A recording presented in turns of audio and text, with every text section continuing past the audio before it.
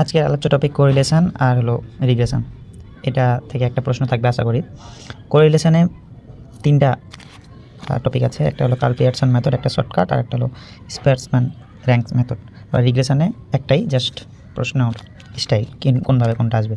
তো এখানে যেটা লেখা যে এই তিনটার মধ্যে একটা আসছে 24-এ, একটা 23-এ, আর রিগ্রেশন সিটিতে আসছে। এই জন্য আশা করা যায় এখান থেকে প্রশ্ন থাকবে। তো এই তিনটার জন্য তিনটা সূত্র আছে, এটার জন্য একটা সূত্র আছে। সূত্র জানলেই মোটামুটি প্রশ্নগুলো সলভ করা যায়। তো প্রথমে কার্ল পিয়ারসনেরটা করি, যেটা তোপ 24 আসছে। এটার জন্য এরকম একটা প্রশ্ন থাকবে দেওয়া, এক্সের একটা সেট থাকবে, একটা ওয়াইয়ের সেট, এবং বলবে যে calculate correlation coefficient from the two sets of scores and interpret the result. এভাবে প্রশ্ন থাকবে। তো এটার আনসার অনেক সহজ, জাস্ট এই সূত্রটা মনে রাখতে পারলেই হবে, আর তেমন কিছু নাই। তো সূত্রটা এখন আমরা দেখি কি আছে। সূত্রটা হলো আর ইকুয়াল, মানে সূত্র তো লিখাই আছে, আমি জাস্ট লিখবো যে এভাবে, যে কিভাবে মানে মনে রাখবো আর কি। তো এটাই সূত্র আমরা এখানে লিখছি। ওপরে N summation X Y minus, এটাই আলাদা আলাদা করে লিখতে হবে, সামেশান এক্স সামেশান ওয়াই। এটাকেই আমি এনটা বাদ দিলাম, তারপর সামেশান এক্স দিলাম, সামেশান ওয়াই দিলাম। এটা উপরে, নিচে একটা রুট ওভার বড় করে এন সামেশান এই এক্সের ওপর স্কোয়ার মাইনাস, এখন এটার ওপর স্কোয়ার ছিল, এখন পুরোটার ওপর স্কোয়ার, এতটুকু এনটা বাদ দিয়ে শুধু এক্সের ওপর স্কোয়ার ছিল। আবার এটা গুণ অবস্থায় আছে আরেকটা এরকম অংশ কি, প্রথমে এন নিলাম না, এক্স নিলাম না, তাহলে এখানে নেব ওয়াই, এটার ওপর স্কোয়ার। আবার একইভাবে এক্স সামেশান এক্সের ওপর স্কোয়ার ছিল, এখানে সামেশান ওয়াইয়ের ওপর স্কোয়ার। এটা সূত্র। এবং এটা অনুযায়ী যে কয়টা ঘর লাগে, যেমন এক্স আর ওয়াইয়ের মান দেওয়াই আছে, প্রশ্নে দেওয়াই থাকবে, তাহলে আমার আর কিসের অতিরিক্ত ঘর লাগবে? একটা লাগবে এক্স ওয়াইয়ের, কই এক্স ওয়াইয়ের একটা ঘর লাগছে, একটা লাগছে এক্স স্কোয়ার, একটা লাগছে ওয়াই স্কোয়ার, এই তিনটা অতিরিক্ত লাগবে। তার মানে এক্স ওয়াই দেওয়াই থাকবে, একটা এক্স ওয়াইয়ের ঘর, একটা এক্স স্কোয়ার, একটা ওয়াই স্কোয়ার। এটা যখন আমি নিয়ম অনুযায়ী করব, তারপরে হলো সলভ করা যাবে অ্যান্সার। এখানে একটা লাইন লেখা আছে যে এখানে যে মানটা বের হবে এটা -1 থেকে +1-এর মধ্যেই হবে। তো প্লাস যদি 1 হয় তাহলে স্ট্রং পজিটিভ, ওটাকে বলে, -1 হলে স্ট্রং নেগেটিভ, 0 থাকলে নো কোরিলেশন। এটা প্রশ্ন উল্লেখ থাকে না যদিও, তবে এটা একটা মানে অ্যান্সার বের করার পরে আমরা বুঝতে পারবো যে -1 থেকে 1-এর মধ্যে যদি অ্যান্সারটা থাকে তার মানে উত্তরটা ঠিক আছে। এটা ছিল কার্ল পিয়ারসনের মেথড 24-এ যেটা আসছে। এটার আবার একটা শর্টকাট মেথড আছে। শর্টকাটে যেটা মেনলি করা হয়, শর্টকাটে ছকের পরিমাণ বেশি হয়, তাহলে সুবিধাটা কী হয়? সুবিধাটা হয় যে এই সূত্রটা ছোটো হয়ে যায়, এই জন্য মেথডের নাম হলো শর্টকাট মেথড। তো ওখানে যে জিনিসটা করা হয় মূলত, যে এক্স ওয়াইয়ের যে মানটা থাকে ওটাকে ছোটো এক্স ওয়াই রূপান্তর করা হয়। ছোটো এক্স ওয়াই করার পরে বাকি সব হিসাব, ছোটো এক্স ওয়াই করা হয় প্রথমে, তারপরে ওটার এক্স ওয়াই, তারপর একটা এক্স স্কোয়ার, তারপর ওয়াই স্কোয়ার। তো ছোটো এক্স ওয়াই জিনিসটা কি, বড় এক্স ওয়াই আর ছোটো এক্স ওয়াইয়ের মধ্যে পার্থক্য কী, বা ছোটো এক্স ওয়াইটা কেন করা হয়? ছোটো এক্স ওয়াই করা হয় এই যে এই সূত্রটার কারণে। শর্টকাট মেথডের সূত্রটা হলো আর, তো সামেশান উপরে ছোটো এক্স ওয়াই আর রুট ওভার সামেশান ছোটো X square summation Y square. তো ছোটো এক্স ওয়াইয়ের পরিচয়টা কি? ছোটো এক্স ওয়াইয়ের পরিচয় হলো বড় এক্স থেকে ওই গড় এক্সের মান বিয়োগ, তাহলেই হয়ে গেল। এখন বড় এক্সের মান তো দেওয়াই থাকবে, প্রত্যেকটা বড় এক্সের মান দেওয়া আছে, তাহলে এটার গড় মানটা কি? এটার গড় মান হলো যে টোটাল, এটা তো সবসময় প্রত্যেকটা ম্যাথের জন্য এরকম যে যখনই গড় এক্স মানে এটা বের করতে বলে, এটার মানে হলো উপরে সামেশান এক্স আর নিচে এন।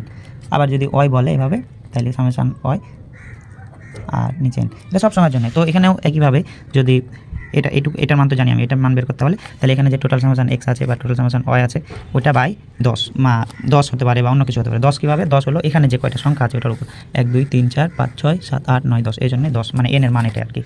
তো এটা করতে পারলে ইউজিং শর্টকাট মেথডটাও হয়ে যাবে, একই অ্যান্সার আসবে। এখানে যে অ্যান্সার এটাও একই, যদি একই ম্যাথ হয় আর কি। আর যদি আলাদা ম্যাথ হয় আলাদা অ্যান্সার হবে। আর একটা আছে স্পেয়ারসম্যান র্যাঙ্ক মেথড, এটা 23 আসছে। এটার জন্যে তেমন কিচ্ছু নাই, এটার জন্য একটা সূত্র মুখস্থ রাখতে হবে। এটা সূত্রটা হলো এই যেটা 1 - 6 summation D square N square -1।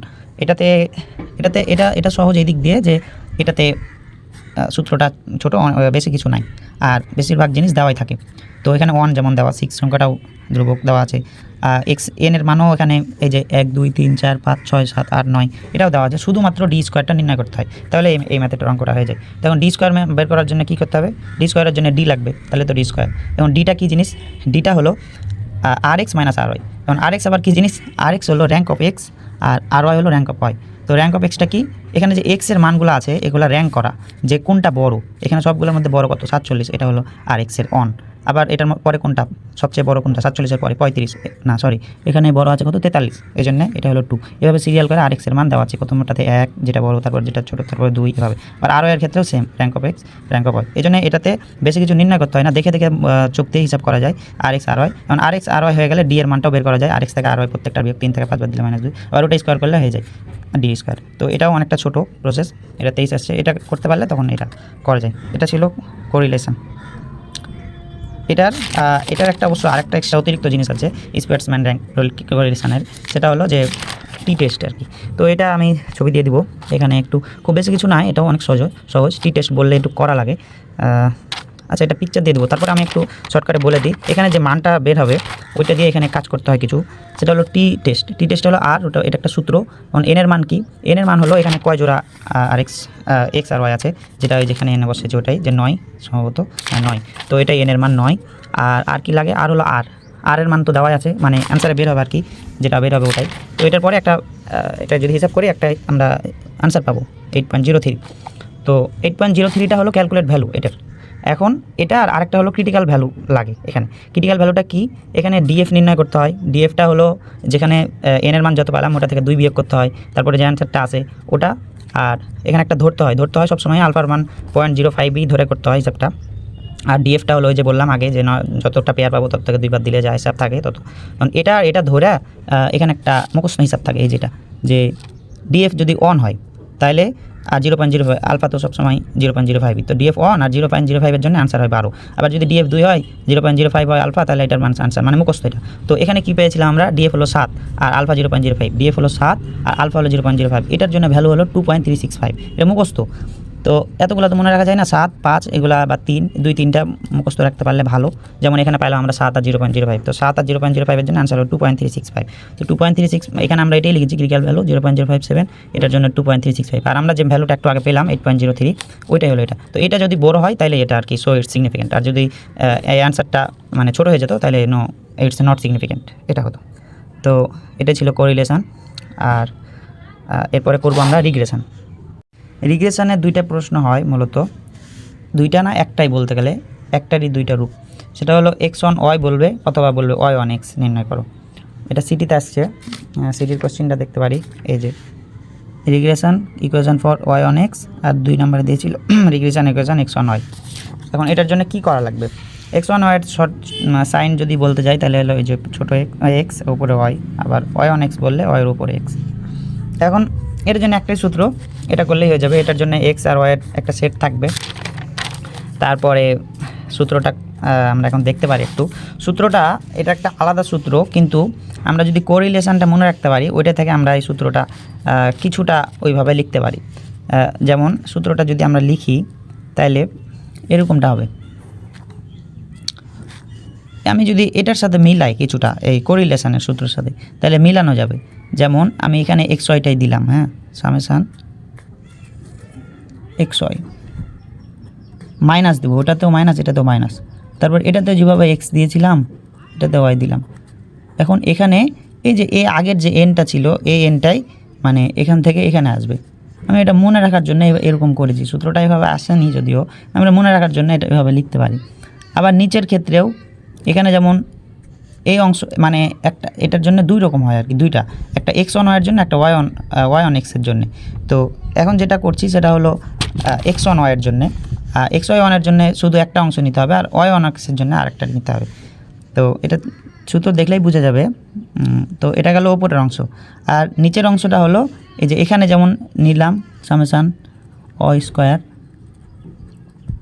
Minus summation y, এই যেখানে ব্র্যাকেটে যেমন স্কোয়ার এখানে ব্র্যাকেটে স্কোয়ার। তো এই এনটা এই যা নিচে যা ভাগ হয়ে যাবে, উপরে যেমন এখানে যা ভাগ হলো এটা হলো একটা অংশ মানে x1 y। আবার y1 x এর জন্যও একই, y1 x এর জন্য বি নির্ণয় করতে হয়। তো ওটাতে যাও একই, ওপরে তো এক্স ওয়াই ফিক্সড, ওপরে এরকমই। আর নিচে যা এখানে যেমন ওয়াই নিয়েছিলাম এখানে যা হবে শুধু summation X square minus summation X N, ওপরেরটা স্কোয়ার। তো এটাই আর কি। তো এটার সাথে এটা কিছুটা মিল করলে নিজে নিজেই বুঝে যাবে যে মিলে যাচ্ছে। এটা হলো রিগ্রেশনের সূত্র। এখন রিগ্রেশনে কি করতে হয়, রিগ্রেশনে এক্স অন ওয়াইয়ের ক্ষেত্রে এইভাবে একটা জিনিস ধরে নিতে হয়, সেটা হলো এক্স অন ওয়াই হলে X equal C plus D Y. আবার যখন ওয়াই অন এক্স বলে তখন Y equal A plus B X. তো এখন এক্স অন প্রথমে আমরা প্রথম মেনলি এটা থাকে আগে, যে কোনোটাই আগে দিতে পারে। তো এটা করলে একটু সুবিধা হয়, সেটা হলো ওয়াই অন এক্স যদি থাকে তাইলে আমাদের যেটা নির্ণয় করতে হয় সেটা হলো Y equal A plus B into x, এটাই নির্ণয় করতে হয়।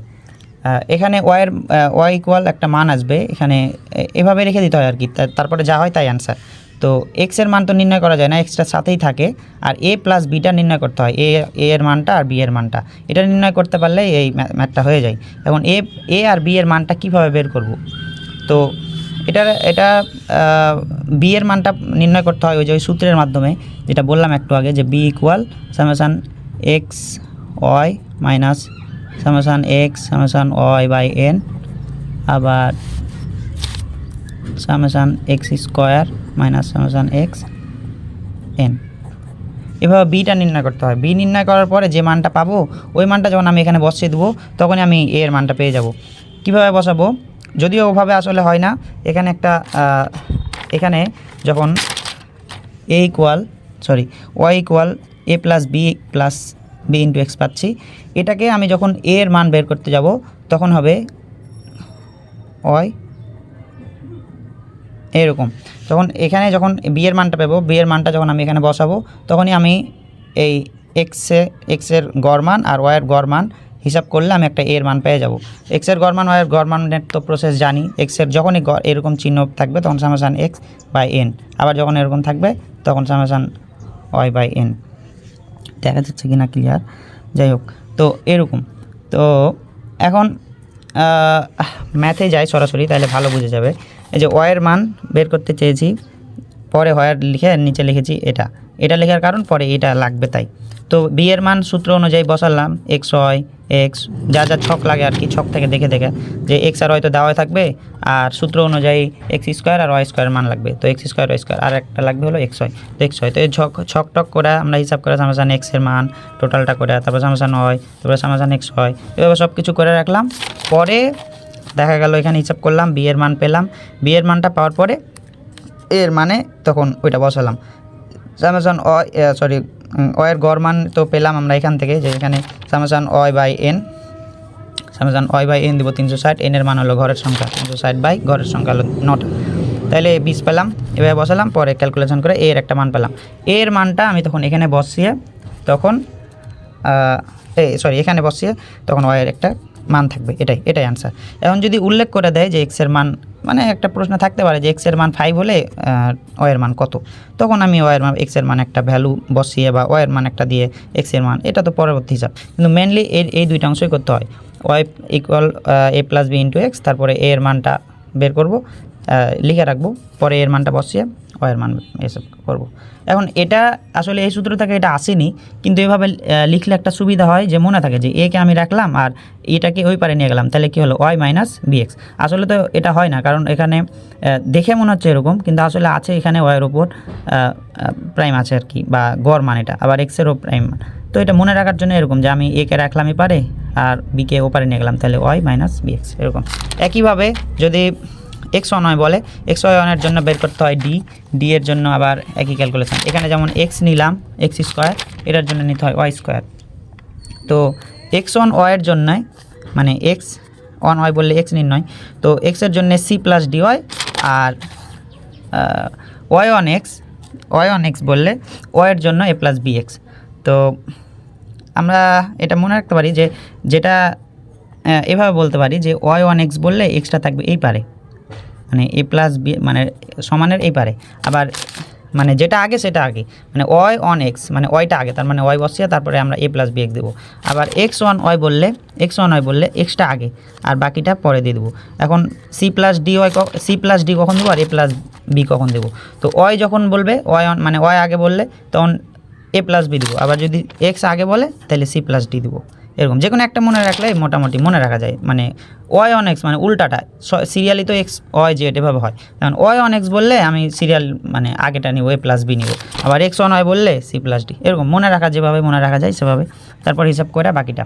তো রিগ্রেশনের এতটুকুই, আর কোরিলেশনের 3টা, সাথে টি টেস্টটা একটু দেখে নিতে পারলে মোটামুটি দেখা যায় এখান থেকে একটা প্রশ্ন কমন হয়ে যাবে আশা করি।